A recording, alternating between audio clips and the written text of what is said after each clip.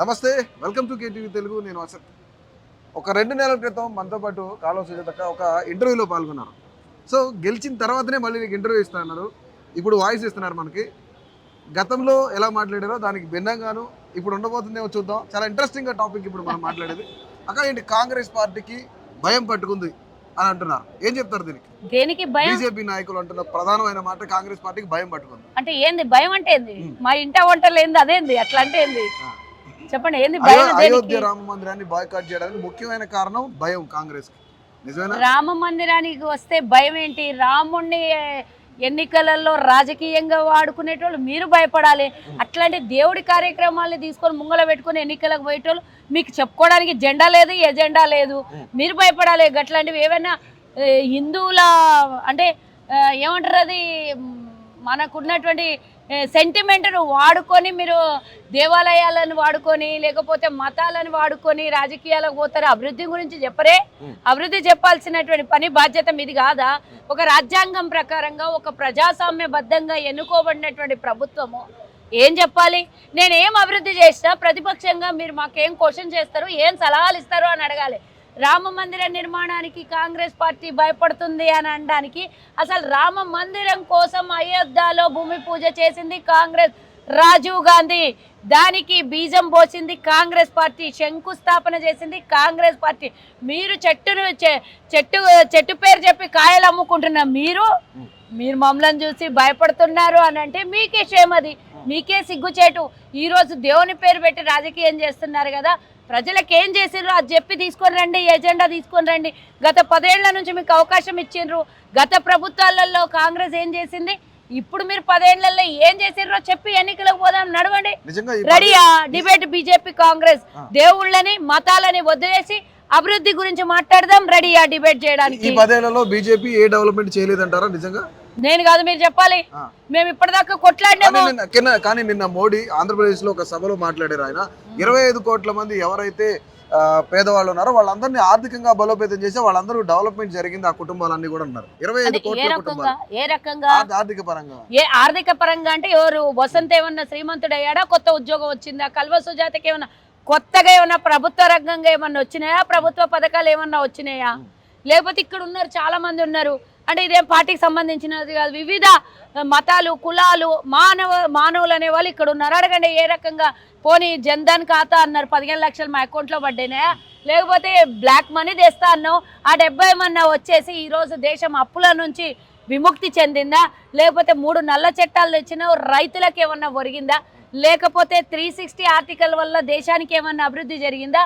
లేకపోతే ట్రిపుల్ తలాక్ వల్ల దేశానికి ఏమన్నా అభివృద్ధి జరిగిందా?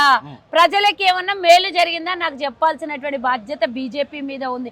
25 కోట్ల మందికి అభివృద్ధి చేశానంటే ఏ రూపంలో చేసినావో నాకు చెప్పాల్సినటువంటి బాధ్యత ఉంది. మేం కట్టిన ట్యాక్సులు మాకు సగం ఇవ్వకుండా సగం తీసుకొని పోయి అదాని అంబానీ కంపెనీలకు దోచిపెడుతున్న మీరు మేము అభివృద్ధి చెందినాం, మాకు అభివృద్ధి చేసినాము అని అంటే మాకు కాదు మీ కుటుంబానికి, గుజరాత్ కుటుంబాలకు అభివృద్ధి చేసుకున్నారని చెప్తే బాగుంటుందేమో. ఆంధ్రప్రదేశ్లో వచ్చి ఆయన గుర్తు కూడా ఉందా? సౌత్ రాష్ట్రాలలో ఒక ఆంధ్రప్రదేశ్ ఉంది, తెలంగాణ ఉంది. 2 రాష్ట్రాలు విభజన జరిగిన తర్వాత మేము ప్రభుత్వం ఏర్పాటు చేసినాము. 2 రాష్ట్రాలకు కావాల్సినటువంటి నిధులు ఇవ్వాలి, 2 రాష్ట్రాలు అభివృద్ధి జరగాలి అని చెప్పేసి గుర్తు కూడా ఉందా?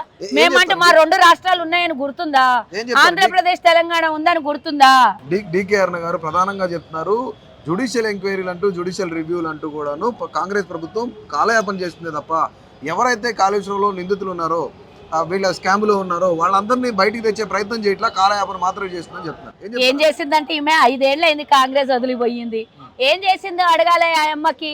కేంద్రంలో అధికారం ఉన్నారు, సిబిఐ మీ చేతిలో ఉంది, ఐటీ మీ చేతిలో ఉంది, ఇంకా రకరకాల నిరోధక చట్టాలు చాలా ఉన్నాయి, అవినీతి నిరోధక చట్టాలు.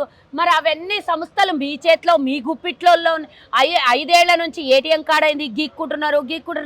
కార్డు మొత్తం అరిగిపోయింది. ఇప్పటిదాకా ఏం గీక్కకపోతుంది. మరి ఈరోజు మేము ప్రభుత్వం ఏర్పాటు చేసి 40 రోజులు కూడా కాలేదు. మేము ఒక కార్యాచరణ తీసుకొని అసలు మేమంటూ వెళ్ళి అక్కడ కాళేశ్వరం ప్రాజెక్ట్ దగ్గర రివ్యూ చేసినాం, ఇరిగేషన్ డిపార్ట్మెంట్ మీద రివ్యూ చేసినాం. మేము వచ్చి 40 రోజులలో ఇన్ని సాధించినాం. మీరు వచ్చి 10 సంవత్సరాలలో కేంద్రంలో సరిపోతుంది అంతేనా? మేము దాని మీద ఒక కమిటీ వేసినాం. అన్ని ఇప్పుడు అరెస్ట్ చేయాలంటే 10 ఏళ్ల నుంచి మీరేం చేశారు? మేము ఎన్నోసార్లు మొత్తుకున్నాం, మొరబెట్టుకున్నాము. మా దగ్గర ఆధారాలు ఉన్నాయి, మా దగ్గర చాలా చిట్ట ఉంది, అవినీతి చిట్ట కేసీఆర్ అని చెప్పేటప్పుడు, కేసీఆర్ అవినీతి చిట్ట మీ చేతిలో ఉన్నప్పుడు, అన్ని సంస్థలు మీ దగ్గర ఉన్నప్పుడు మీరు ఏం చేయని వాళ్ళు మీరు మాకు ప్రశ్నిస్తారు. వాళ్ళ బాధ ఏంటంటే సిబిఐకి అప్పచెప్పాలి ఈ కేసు. సిబిఐకి అప్పచెప్తే కేసీఆర్ వాళ్ళకి పోయి మొత్తము బటర్ పెట్టేసి కంప్లీట్ కోటా ఫినిష్ చేసేసుకొని ఆడ సిబిఐలో నుంచి క్లీన్ సీట్ ఇచ్చేసే ప్రయత్నం వాళ్ళు చెయ్యాలని, మేము చెయ్యాలి అని దాని మీద వాళ్ళకు ఉన్నటువంటి ఆదర బాదర ఉరుకులాట. మేము సిబిఐకి అప్పచెప్పేటంత మూర్ఖులము కాము. మేము ఈరోజు తెలంగాణలో మేమేమన్నా ప్రభుత్వంలో ఉన్నాం, ప్రతిపక్షంలో ఉన్నామా? అప్పుడంటే ప్రతిపక్షంలో ఉన్నాం కాబట్టి కనీసం ఇక్కడ న్యాయం జరగకపోతే కేంద్రంలోనే జరుగుతుందని అన్ని సంస్థలకు మేము పోయి కంప్లైంట్ ఇవ్వడం జరిగింది రేవంత్ రెడ్డి గారు. మరి ఇప్పుడు మేము ఈరోజు ఇక్కడ ఉన్నాం. ఉండంగా మీరు మీకు మళ్ళా మీరు ఎవరికో దర్యాప్తు చట్టాలకు అప్పచెప్పమని చెప్తే దీని వెనకాల ఉన్నటువంటి రహస్యం మాకు తెలియదా? మీరు ఏం చేయబోతున్నారు? రేవంత్ రెడ్డి గారు ఒక మాట అన్నారు, మా ముఖ్యమంత్రి గారు, ఈయన పేరేంది, కిషన్ రెడ్డి దగ్గర ఖజానా ఖాళీ అయినట్టుంది, మళ్ళీ ఏమన్నా నిధులు ఖాళీ అయినట్టుండే, ఏమైనా కావాలేమో మళ్ళీ కావాలని దాని గురించి అంటుడు. మేము తీసుకుపోయి సిబిఐ చేతిలో పెడితే ఆ చేతిలో నుంచి కేసీఆర్ చేతిలో పోవడానికి మళ్ళీ ఏమన్నా సూట్ కేసులు సదరిస్తాడేమో కేసీఆర్ అని. పాపం డీకేఆర్ని కూడా 10 ఏళ్ల నుంచి అధికారాలను కోల్పోయింది, ప్రతిపక్షంలో ఉన్నది. కేంద్రంలో ఆమెకు ఒక పెద్ద పదవి ఇచ్చినా కూడా దానికి ఏం పెద్దగా పని చేయట్లేదు వాళ్ళు. కేంద్రం ఒక్క నిమిషం డీకేఆర్ నేను అడగాలి, నేను శుద్ధులు లెక్కలు చాలా చెప్పాలి. కాంగ్రెస్ పార్టీలో ఉన్నప్పుడు మంత్రి పదవిని అనుభవించి, కాంగ్రెస్ పార్టీలో ఉన్నప్పుడు దొరసాని అనిపించుకొని ఈరోజు బీజేపీ పార్టీలోకి పోయి తిన్నింటి వాసాలు లెక్క పెడుతున్న డీకేఆర్ నమ్మ నీకేడ పాలు పోతలేదు, నీకేం చేతనైతే లేదు. ఈరోజు కాంగ్రెస్ ఒకటే దొరికిందమ్మా. నీకు టీఆర్ఎస్ అధికారంలో ఉన్నప్పుడు నువ్వు బీజేపీలోనే ఉన్నావు కదమ్మా. నీ కేంద్ర దర్యాప్తు చట్టాలకు ముంగల పెట్టేసి ఆయన అవినీతి తీసుకొని వచ్చి బయట పెట్టించి ఆయన తీసుకొని పోయి జైలు సైజులు కూడా మీ బండి సంజయ్ చెప్పిండు. ఎందుకు ఆ జైల్లో తీసుకుపోయి వేసి రాలేదమ్మా? డీకేఆర్ అమ్మా, నీకు మాటలు వస్తాయి అని అనుకోకు, నీకు మాటలు మాత్రమే వస్తాయి. మీ ప్రభుత్వంలో చేతలు మాత్రం ఏమీ చేతగావు. ఇస్తే సూట్ కేసులు లోపల చదురుకునుడు అయితే నీకు కూడా 10 ఏళ్ల నుంచి అధికారంలో లేవు, నీ డబ్బంతా అటు ఇటు కారిపోయినట్టుంది. కాబట్టి ఆ డబ్బు కోసమే నీ వేట మొదలెట్టినట్టున్నావు. కాబట్టి కాంగ్రెస్ పార్టీ మీద, కాంగ్రెస్ నాయకుల మీద, మా ప్రభుత్వం మీద నువ్వు ఏదో బురద జల్లాలని ప్రయత్నం చేస్తే ఆ బురద నీ ఒంటికే అంటుకుంటుందని చెప్తున్నాం, మేము హెచ్చరిస్తున్నాం. కాంగ్రెస్ ప్రభుత్వం వచ్చి రాష్ట్రంలో 45 రోజులు అవుతుంది, కానీ బండి సంజయ్ లాంటి వ్యక్తులు ఒక సంచలనమైన కామెంట్ చేస్తున్నారు. కేసీఆర్ కోలుకొని బయటకు వస్తాడు, కాంగ్రెస్ పని అయిపోతుంది, కాంగ్రెస్ ప్రభుత్వం క్లోజ్ అయిపోతుందని చెప్తున్నారు. ఈయన దగ్గరైనా అద్భుత అల్లావుద్దీన్ అద్భుత దీపం ఏమన్నా ఉందా, లేకపోతే ఇంకేమన్నా ఆయన దగ్గర ఏమన్నా మాయలు మంత్రాలు ఉన్నాయా? కేసీఆర్ ఏమనుకుంటుండో ఫామ్ హౌస్లో ఈయనకెట్లా తెలుసు? లేకపోతే కేసీఆర్ ఫామ్ హౌస్కి ఈయన ఏమైనా మీటింగ్లు పెట్టడానికి పోతున్నాడా? లేకపోతే కేసీఆర్ అట్లానే చెయ్యాలి అని కేంద్రంలో బీజేపీతో మాట్లాడుకున్నాడా? ఇవన్నీ మాటలకు ఏదో తేడా కనబడుతుంది కదా. పొద్దున్న దాకా మేము ముందు ఎప్పుడో చెప్పినాం బీజేపీ బీఆర్ఎస్ వేరు కాదని. కేసీఆర్ నా మాట బండి సంజయ్ నోట ఎలా వచ్చిందో అనేది ప్రజలు అనుమానంగా ఉన్నారు. కానీ నేను ఒకటి చెప్తున్నా, గతంలో మీ రాజాసింగ్ ఇట్లనే మాట్లాడితే మా నాయకులు పోయి కంప్లైంట్ ఇచ్చేసి వచ్చారు. ఇప్పుడు కూడా అదే చెప్తున్నాం, నువ్వు ఎంపీనని కూడా చూడము, కేంద్రంలో అధికారంలో ఉన్నామని కూడా చూడము, మళ్ళీ ప్రభుత్వాన్ని కూల్చేస్తాం, కేసీఆర్ మీ ప్రభుత్వాన్ని కూల్చేస్తాడు జాగ్రత్త అని చెప్పి మాకేదో హెచ్చరిస్తున్నావు కాదు, నువ్వు మమ్మల్ని బెదిరిస్తున్నట్టు కనబడుతుంది. ఈ బెదిరింపులకు తాటాకు చప్పుట్లకు కాంగ్రెస్ భయపడదు. పైగా నీ మీద కేసులు కూడా పెడతాం జాగ్రత్త అని చెప్తున్నా. 9 రాష్ట్రాలను కూల్చేశారు కదా, అదే పద్ధతి ఈడ అవలంబించాలని చూస్తే ఈడున్న తెలంగాణ పోరుగడ్డ, తెలంగాణ కొట్లాడి తెచ్చుకున్నటువంటి తెలంగాణ మీద ఉన్నటువంటి వాళ్ళు చాలా పౌరుషం ఉన్న వాళ్ళు ఉన్నారు. నువ్వు కాదు, నీ తాత నీ జేజమ్మలు దిగొచ్చినా కూడా కాంగ్రెస్ ప్రభుత్వాన్ని కూల్చేసే పని చేస్తే మేము ఎవ్వరం ఎవరన్నా కాంగ్రెస్ ఎమ్మెల్యేల మీద టచ్ చేసి కూడా అక్కడ పోతారు అని అంటే ప్రజలే ఎవ్వరు చెప్పరు, శాస్త్రి వాళ్ళకే ప్రజలే చెప్తారు. కానీ నీ నోట్ల నుంచి ఆ మాట నెక్స్ట్ టైం రావద్దు అని నేను వార్నింగే ఇస్తున్నా, మామూలుగా కూడా చెప్పట్లేదు, వార్నింగ్ ఇస్తున్నా. నువ్వు కాదు, బీఆర్ఎస్ నోట్ల నుంచి, బీజేపీ నోట్ల నుంచి, ఎంఐఎం నోట్ల నుంచి ఇంకెవ్వరు కూడా ఇట్లాంటి మాటలు ప్రభుత్వాన్ని కూల్చేస్తాము అనే మాటలు మాట్లాడితే నాలుకకైతే గుంజి వాతలు పెడతారు. మరి వాళ్ళైతే జాగ్రత్తగా ఉంచుకోవాలి, కేసులు అయితే పెడతారు. ఒకటి నేను చెప్తున్నా, ప్రజాపాలన నడుస్తుంది, ప్రజల ప్రభుత్వం నడుస్తుంది. ప్రజలు కావాలని కోరుకొని తెచ్చుకొని తెలంగాణలో ఈరోజు ఇచ్చినటువంటి కాంగ్రెస్ పార్టీని అధికారం ఇచ్చిండ్రు. మేము ప్రజల కోసం, ప్రజల క్షేమం కోసం ప్రభుత్వాన్ని నడిపిస్తున్నాం. కాంగ్రెస్ కుటుంబ సభ్యుల కోసం మేము ప్రభుత్వాన్ని నడిపించట్లేదు. కాబట్టి జాగ్రత్త. ఈరోజు 4 కోట్ల మంది కోరుకొని తెచ్చుకున్న కాంగ్రెస్ పార్టీ ఇది.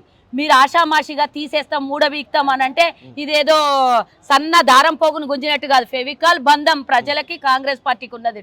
కేటీఆర్ ఈరోజు ట్విట్టర్లో ఒక ట్వీట్ పెట్టాడు. ఆయన బీఆర్ఎస్ అనేది తెలంగాణ బలం, తెలంగాణ దళం, తెలంగాణ గలం అని చెప్తున్నాడు. ఏం చెప్తారు? బీఆర్ఎస్ యాడున్నా బీఆర్ఎస్ కూడా పోయిందంట. టీఆర్ఎస్ ని అసలు తెలంగాణ ఉద్యమ కోసం పుట్టినటువంటి పార్టీ అని చెప్పుకున్నావు.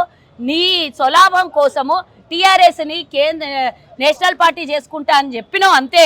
అది బీఆర్ఎస్ గా మార్చినావు. ఆ బీఆర్ఎస్ కి ఏడలేదు గిడ. ఇప్పుడు ఇంకేదో రాష్ట్రంలో బీఆర్ఎస్ ఇన్ఛార్జీలు ఉండరంట. వాళ్ళు కూడా ఈ రోజు వచ్చి సాయంత్రం కాంగ్రెస్ లో కలుస్తున్నారు. ఆడ కూడా బాయే. ఇక ఇంకేడో ఉన్నది. బీఆర్ఎస్ లేదు, టీఆర్ఎస్ లేదు. కేల్కతం దుకాణం బంద్, మొత్తం బంద్ అయిపోయింది. పార్లమెంట్ కి వెళ్తున్నారు. మన వాయిస్ వినిపించాలి, తెలంగాణ వాయిస్ వినిపించడానికి నేను పార్లమెంట్ కి వెళ్తాను. ఇప్పటిదాకా 9 మంది ఉండ్రే కదా, ఎందుకు వినిపించలేదు? రాష్ట్రంలో మీరే అధికారంలో ఉంటారు, 9 మంది మీ పార్లమెంట్ సభ్యులే ఉంటారు, ఎందుకు వినిపించలేదు? నల్ల చట్టాల మీద మీరే ఒప్పందం రాస్తారు. మళ్ళీ ఆ రోజు ఉపరాష్ట్రపతి ఎన్నికకి స్పెషల్ ఫ్లైట్ ఇచ్చి దోలుతారు. అంటే మళ్ళీ ఏమైనా ఆ రాయబారాలు బీజేపీతో చేసుకుంటున్నారా ఏంది? మేము ఒక 5-6 మందిని గెలిస్తామంటే మీకు మేము కేంద్రంలో సపోర్ట్ చేస్తామని. వాళ్ళు లేదు, వీళ్ళు లేదు, వచ్చేదంతా కాంగ్రెస్. ఇడ అందరూ 12, మినిమం మ్యాక్సిమం 15. డెఫినెట్ మా టార్గెట్ అది. మీరు గెలిచలేదు. అసలు రాష్ట్రంలోనే అధికారం లేరు. కేంద్రంలో బీజేపీ పోతుంది, రాష్ట్రంలో మీరు ఖతం అయిపోయారు. కేంద్రంలో మేమే, రాష్ట్రంలో మేమే. తెలంగాణకు మేము ఇస్తాన్న వాగ్దానాలు, చేసిన హామీలను అన్నిటినీ కూడా నెరవేర్చేది మేమే. కేంద్రంలో నుంచి ఒకళ్ళ దగ్గర అడుక్కునే పని కాదు. కేంద్రంలో కూడా మా ప్రభుత్వమే ఉంటే రాష్ట్రానికి గతంలో ఉమ్మడి రాష్ట్రంగా ఉన్నప్పుడు విడిపోయినప్పుడు ఇచ్చినటువంటి హామీలు పూర్తిగా నెరవేరుస్తాం. మేము పూర్తిగా నెరవేరుస్తాం. ఇండియా కూటమిలో లుకలుకలు స్టార్ట్ అయినాయి, ఎప్పుడు అసంతృప్తులు పెరిగినాయి. ఎవరు చెప్పిండ్రు? బీజేపీ నాయకులు అంటున్నారు. బీజేపీ నాయకుల మాట పట్టుకొని కూర్చుంటే వాళ్ళకిద్దరికి కావాల్సింది అదే కదా. అదే కదా, అత్తకు కోడళ్ళకు మధ్యలో కొట్లాట పెడితే ఎట్లుంటుందో, చల్లగా పచ్చగడ్డ వేస్తే ఎట్లా బగ్గమంటదో చూసే పని వాళ్ళు చేసే పని. ప్రజల్ని అడగండి, మా ఇండియా కూటమిలో ఉన్నటువంటి నాయకులను అడగండి, మా ఇండియా కూటమిలో ఉన్నటువంటి పార్టీల నాయకులను అడగండి, వాళ్ళు చెప్తారు. ఎవరో బీఆర్ఎస్ వాళ్ళు ఇండియా కూటమిలో బీజేపీ వాళ్ళతోని మేము పోటీ పడుతున్నాం మా ఇండియా కూటమితోని. వీళ్ళిద్దరు చెప్పిన మాట ఎట్లా నమ్ముతావు నువ్వు? వాళ్ళిద్దరికి నమ్మకం ఉంటుందా? కాంగ్రెస్ రావాలనే ధైర్య సాహసం ఉందా? కాంగ్రెస్ కేంద్రంలో వస్తే ఇద్దరు కథమైపోతారని వాళ్ళకి తెలుసు కదా. ఈయనేమో 7.5 లక్షల కోట్ల అప్పు చేసి పెట్టే, ఆయనేమో అదనంగా 110 లక్షల కోట్ల అప్పు చేసే, అదానికి అంబానీకి దేశ సంపదనంతా దోచిపెట్టే. ఇంకా కూడా వాళ్ళిద్దరు వస్తారు అని ఎట్లా అనుకుంటున్నారు? ఆంధ్ర కాంగ్రెస్ పగ్గాలు షర్మిల గారికి ఇచ్చారు. సో ఆవిడ ఏ విధంగా ముందుకెళ్ళిపోతుంది, ఆవిడ ఎజెండా ఏ విధంగా ఉండబోతుంది? దీనికైనా కాంగ్రెస్ పార్టీకి సంబంధించి ఆవిడని జాయిన్ చేసుకోవడానికి కాంగ్రెస్ పార్టీకి సిగ్గుచారు ఉండాలని కొడాలి నాని అన్నాడు. అంటే నిజంగా వైఎస్ రాజశేఖర రెడ్డి గారి కుటుంబాన్ని కొంతమంది పిచ్చి పిచ్చి మాటలు మాట్లాడుతూ ఉంటారు. నోటికి అదుపు లేదు, అంతు లేదు. ఆ మాటల్ని మేము లెక్క చేయలేదు. మా పార్టీ, మా ఇష్టము. ఆమె రాజశేఖర రెడ్డి బిడ్డ. గతంలో కూడా నేను కొన్ని 100 సార్లు చెప్పడం జరిగింది. రాజశేఖర రెడ్డి గారి కుటుంబానికి అన్యాయం చేసింది కాంగ్రెస్ పార్టీ అని చెప్తున్నారు ఆయన. ఒక్క నిమిషం ఉండండి, నేను చెప్పేది వినండి. నేను ఒకటి చెప్తున్నా, కాంగ్రెస్ పార్టీలో ఉన్నటువంటి రాజశేఖర రెడ్డి బిడ్డగా కాంగ్రెస్ పార్టీకి ఎప్పుడూ తను ఆడబిడ్డ అని ఎన్నో నుంచో చెప్తున్నా. ఈ రోజు కూడా అదే చెప్తున్నా. పార్టీలు వేరైనప్పుడు పార్టీల మాట ఉంటుంది, రాజకీయం మాట ఉంటుంది. కానీ ఆమె మా పార్టీలోకి వచ్చిన తర్వాత మా రాజన్న బిడ్డ, మా కాంగ్రెస్ పార్టీ నాయకురాలు. గతంలో కూడా ఎంత శత్రుత్వంగా మాట్లాడినా కూడా పార్టీల పరంగా మాట్లాడినా, వ్యక్తిగతంగా ఆమె మీద మాకు ఎలాంటి కోపం లేదు. మేము చెప్పినాం. ఈరోజు కొడాలి నాని అన్నాడో, గొడ్డలు పెట్టి నరుక్కునే నాని అన్నాడో నాకు అవసరం లేదు. ఎవడేం మాట్లాడితే మేము ఈరోజు అక్కడ ప్రధాన ప్రతిపక్షంగా ఉండబోతున్నాము. డెఫినెట్గా ఆమె సపరేట్గా షర్మిల ఎజెండా అంటే ఏముండదు, పార్టీ ఎజెండా ఉంటుంది. అక్కడ అధికారంలోకి తేవడానికే, లేదంటే అత్యధిక మెజార్టీ సీట్లు రావడానికే ప్రయత్నం చేస్తారు. ఎందుకంటే ఈ రోజు వైఎస్ఆర్సీపీలో ఉన్న వాళ్ళందరూ కాంగ్రెస్ వాళ్ళే. కాంగ్రెస్ రాజశేఖర్ రెడ్డికి అన్యాయం చేసిందంటే మా కాంగ్రెస్లో ఉన్న నాయకులందరినీ మీ వైఎస్ జగన్మోహన్ రెడ్డి ఎందుకు తీసుకున్నాడు? మరి వాళ్ళకు ఉండాలి సిగ్గుశరం అట్లా పోయిన వాళ్ళకు. మరి మేము ఎట్లా అంటాము? ఈ పార్టీలో ఉన్నప్పుడు, ఉమ్మడి రాష్ట్రంగా ఉన్నప్పుడు మంత్రి పదవులు, ఎమ్మెల్యేలు, ఎంపీలుగా అన్ని రకాలుగా అనుభవించిన వాళ్ళే ఇప్పుడు అక్కడ ఉన్నారు. వాళ్ళందరూ కాంగ్రెస్ వాళ్ళే. నన్ ఆఫ్ కాంగ్రెస్ అక్కడ ఏం లేదు. వైఎస్ఆర్సీపీ దురదృష్టవశాత్తు అక్కడ అన్యాయం జరిగిందనే బాధలో కాంగ్రెస్ పార్టీని వీడి వైఎస్ఆర్సీపీలోకి పోయిండ్రు. ఇప్పుడు వైఎస్ షర్మిల రాజన్న బిడ్డగా అక్కడ తన గళం విప్పి కాంగ్రెస్ పార్టీ తరఫు నుంచి మాట్లాడితే డెఫినెట్గా అక్కడ ఉన్నటువంటి కాంగ్రెస్ నేతలందరూ కూడా కాంగ్రెస్ వైపు చూస్తారు. నాయకులు లేరు, గట్టి నాయకులు లేరు, మాకు అక్కడ ఉన్నటువంటి పరిస్థితులకి లేరు అనే ఉద్దేశంతోనే ఇన్నాళ్ళు దూరం అయినారు అక్కడ. ఇప్పుడు అందరూ ఒక గట్టి బలమైన నాయకులు, బలంగా కాంగ్రెస్ పార్టీ విజృంభించుకొని ఈరోజు ఆంధ్రప్రదేశ్లో కూడా వై నాట్ అని కాంగ్రెస్ పార్టీ గలమిప్పినప్పుడు ఎందుకు కాంగ్రెస్ అక్కడ పుంజుకోదు చెప్పండి. రైట్. అండ్ గతంలో మీరు అసెంబ్లీ టికెట్ ఆశించి భంగపడ్డారు, ఇప్పుడు టికెట్ ఇవ్వలేదు అంటే పరిస్థితులు అయితే ఇవ్వలేదు అనుకోవచ్చు. సో ఇప్పుడు ఎంపీగా పోటీ చేస్తున్నారా లేదంటే ఏంటి ఎమ్మెల్సీ అడుగుతున్నారా? ఎంపీ అంత పెద్ద ఆశలు నాకు లేవు, కానీ ఇంకా నేను అంత పార్లమెంట్కి పోటీ చేసే అంత మెచ్యూర్డ్ రాజకీయం ఇంకా అవ్వలేదు అది. ఎందుకంటే ఆశకు అంత లేదు, ఆత్మకు సుఖం లేదు అనేది. ఎంత ఇచ్చినా ప్రధానమంత్రి ఇచ్చినా ఇంకేదో ప్రపంచానికి నాయకుడు కావాలనుకోవడం అట్లాంటి ఆశలు లేవు. నేను కాన్స్టిట్యున్సీకి ఎమ్మెల్యే కావాలనేది నా చిరకాల ఆకాంక్ష, చిరకాల కోరిక. కాబట్టి అది దక్కలేదు. డెఫినెట్గా ఇప్పుడు అధికారంలో ఉన్నాం కాబట్టి మాకు న్యాయం చేయాల్సినటువంటి బాధ్యత ప్రభుత్వంది, పార్టీది ఉంటుంది. ప్రభుత్వం మీన్స్ కాంగ్రెస్ ప్రభుత్వం కాబట్టి మాకు వాళ్ళకు బాధ్యత ఉంటుంది. కాబట్టి డెఫినెట్గా దాన్ని అయితే విస్మరించారు. టికెట్లు కోల్పోయిన వాళ్ళకు న్యాయం చేస్తామని రేవంత్ రెడ్డి గారు కానీ మా నాయకులు కానీ అందరు చెప్పిండ్రు. మా ముఖ్యమంత్రి గారుగా వారి మీద పూర్తి బాధ్యత, మా మంత్రులు మా ఆది నాయకత్వం మీద పూర్తి మా బాధ్యత వారి మీద ఉంది. వాళ్ళు ఏమిచ్చి మమ్మల్ని మా గౌరవాన్ని కాపాడుతారో, మా సామాజిక న్యాయం చేస్తారో, ఒక మహిళగా న్యాయం చేస్తారో వాళ్ళకే వదిలేసినారు. నేను ఇది కావాలి అని అడిగితే వాళ్ళని తక్కువ చేసిన దాన్ని అవుతాను, కానీ అంతకు మించి వాళ్ళు ఇస్తారనేది నమ్మకం నాకు. 100% రాసి పెట్టుకోండి. నేను ఎప్పుడు ఏది చెప్పినా నిజం అవుతుంది అది.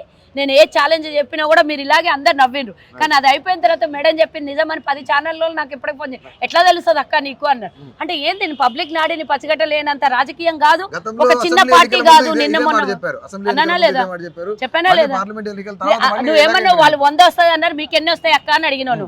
నేను 100 అని పెద్ద పెద్ద గొప్పలు చెప్పాను, 60+ వస్తాయని చెప్పిన ఆ రోజు కూడా. మేము అధికారంలోకి వచ్చేటంత పెద్ద మెజార్టీ అయితే వస్తుంది. Right.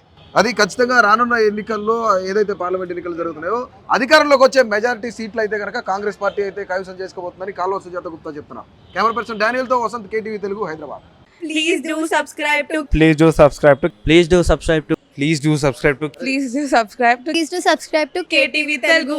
KTV Telugu. KTV Telugu. KTV Telugu. KTV Telugu. Please do subscribe to KTV Telugu.